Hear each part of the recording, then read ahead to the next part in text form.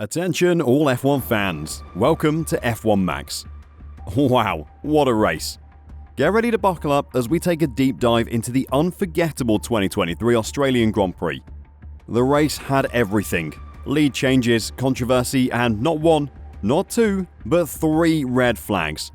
If you missed this nail-biting race, don't worry, we've got you covered. Today we'll be looking at how Ferrari and Alpine fared, why Max Verstappen is unhappy with Lewis Hamilton, again, and the FIA, and whether the FIA's actions contributed to the chaos, and much, much more. So sit back and let F1 Max take you through the heart-stopping action that took place at the Melbourne circuit.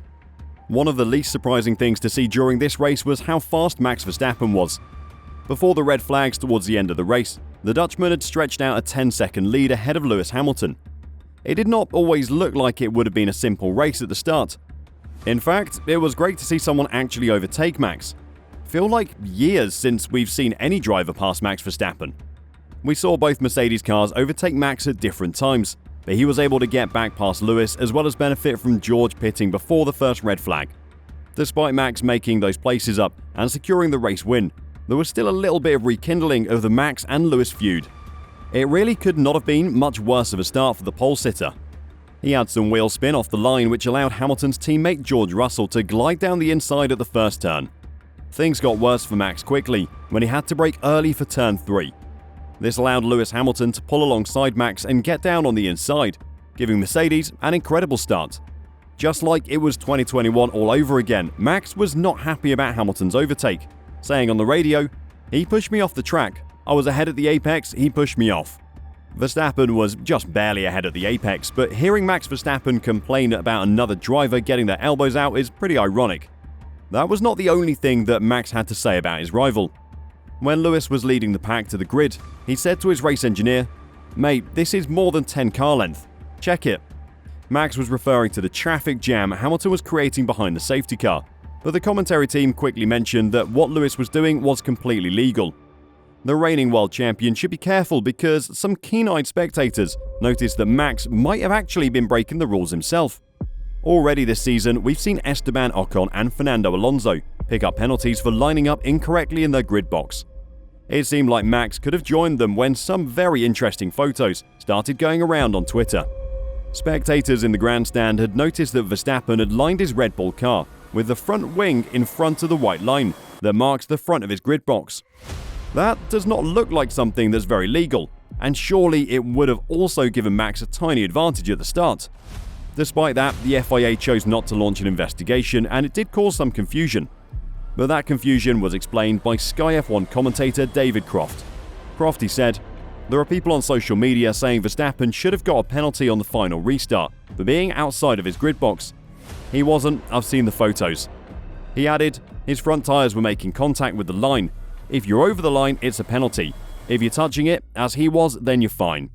So while social media believed that Max deserved a penalty, it sounds like he was actually within the rules, and that is why the FIA did not punish him.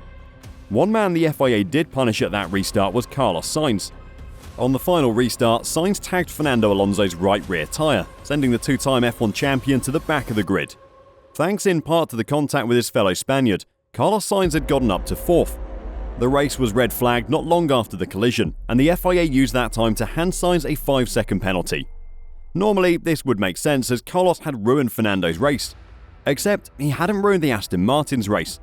As part of the red flag procedure, the FIA said the grid had to return to the order from the previous restart, as the pack had not completed a sector before the red flag was brought out. With the race finishing under the yellow flags, the pack was bunched up and that 5-second penalty pushed Carlos back to 12th. But Fernando still came home in 3rd. So Carlos got punished for nothing because Fernando's race was not affected. Even the man who benefited from Sainz's penalty said it was not a fair punishment. After the race, Fernando Alonso said, "I mean, probably the penalty is too harsh. I think because on lap 1, it's very difficult always to judge what the grip level is, and I think we don't go intentionally into another car." Carlos himself used slightly stronger language when describing the penalty. He said, "It is the most unfair penalty I've ever seen in my life. I prefer to have a conversation with them, the FIA, than come to talk to you guys, Sky F1, because right now I cannot do it." In his interview with Viaplay, Sainz said, it is the biggest disgrace I've seen in the sport for many years. The penalty just added to a terrible day for Ferrari. Sainz's teammate Charles Leclerc didn't even make it around the Albert Park circuit, crashing out on lap 1. He made contact with the front left of Lance Stroll's Aston Martin and spun into the gravel. It means that Ferrari are now 4th in the Constructors' Championship, with Charles Leclerc having a particularly bad start. This time last year, the Monegasque was sitting at the top of the drivers' standings, with a massive lead over Max Verstappen. But things have not gone the same this season, as Leclerc has just 6 points after the first 3 rounds of 2023. Leclerc made his feelings on the start that Ferrari have had pretty clear. He said, "Just extremely frustrating. I mean, it's the worst start to the season ever, really. It is really frustrating. The Scuderia need to turn things around quite quickly because this sort of start cannot continue. Ferrari was supposed to be the team who challenged Red Bull at the front, and yet they can't get close to the podium without something going wrong." While things were pretty bad for Ferrari, Alpine boss Otmar Safnauer must have been fuming with his team. Both pink Alpine cars were in a good position toward the end of the race, with Pierre Gasly running in the top 5. Gasly was 5th at the final red flag restart, but he had a massive lockup going into the first turn that pushed him onto the grass. When he slowly got back onto track, the Frenchman was not looking in his mirrors. Rookie mistake. Because he wasn't looking in his mirrors, Gasly squeezed his teammate Esteban Ocon into the wall, which ended both of their races. After the race, Pierre was heartbroken by the incident. Gasly said, "I mean, for now, I'm just extremely disappointed with the outcome of the race. I gave everything out there. I don't want to comment about the ending. We remember what happened before.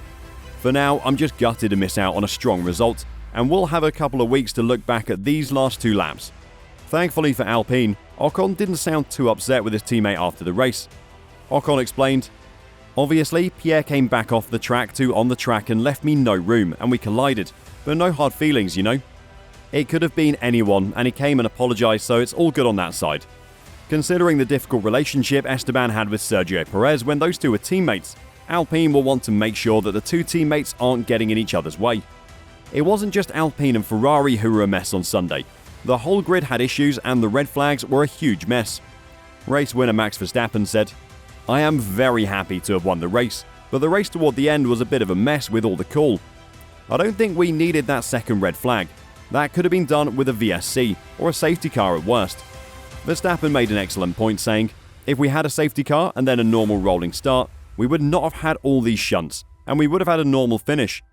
George Russell had similar thoughts saying, "I thought the red flag was totally unnecessary." One of the stranger comments post-race was from Fernando Alonso. The Spaniard was surprisingly complimentary of his former teammate Lewis Hamilton. Alonso said, "I tried to put on the pressure, but he had an incredible race. No mistakes at all, as you probably expect from him. A champion. Only one lockup I think in turn 13 in 58 laps. So I was trying to put on the pressure, but nothing happened, so we take P3. These two have quite the love-hate relationship. Fernando was in fine form after the race, getting in a joke about Red Bull. In Bahrain, Red Bull driver Sergio Perez had joked that there were 3 Red Bulls on the podium, when it was a Red Bull 1-2 and Fernando was in 3rd. This is because of the similarities between the Red Bull and the Aston Martin car. On the podium, Fernando said, "No more 3 Red Bulls on the podium if Checo was here." With Perez finishing in 5th, Fernando poked fun at the comparison between the 2 cars. It is classic Fernando Alonso, and he's got to feel good considering his Aston Martin car has been on the podium 3 times. The Spaniard is enjoying the success while he can, adding, "I think now we enter a part of the season that is going to be very interesting. Which team is developing their car faster? In the first 3 races away from Europe, it is difficult to bring upgrades and things like that." So what do you think about that crazy 2023 Australian Grand Prix? Did Verstappen deserve a penalty? Did Sainz deserve his penalty? And what were the FIA doing? Why not put your thoughts in the comments below? While you're down there, hit the like button and subscribe. Thank you for watching, and we'll see you next time.